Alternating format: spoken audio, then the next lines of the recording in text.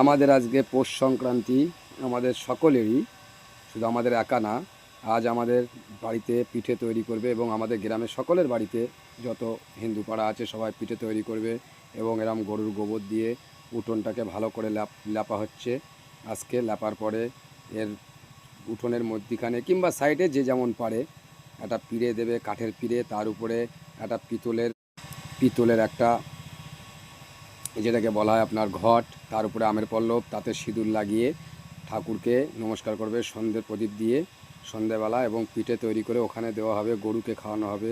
এবং এই উঠোনটাকে দেখুন, আমাদের গ্রামে প্রত্যেকের বাড়িতে আজ উঠোনে ভালো করে গোবর দেবে। যাদের মাটির বাড়ি নেই, যার মাটির বাড়ি ছিল আগে, তখন সে দিয়াল টিয়াল সব কিছুই গোবর দিয়ে লেপতো, কিন্তু যেহেতু এখন মাটির বাড়ি, সেই জন্য ওই আমার বৌদি চলে এসছে ওই ঝাঁটা নিয়ে। এবারে সুন্দর করে উঠোনটাকে গোবর দেবে, যাতে সন্ধ্যেবেলা পুজো করার জন্য আজকে।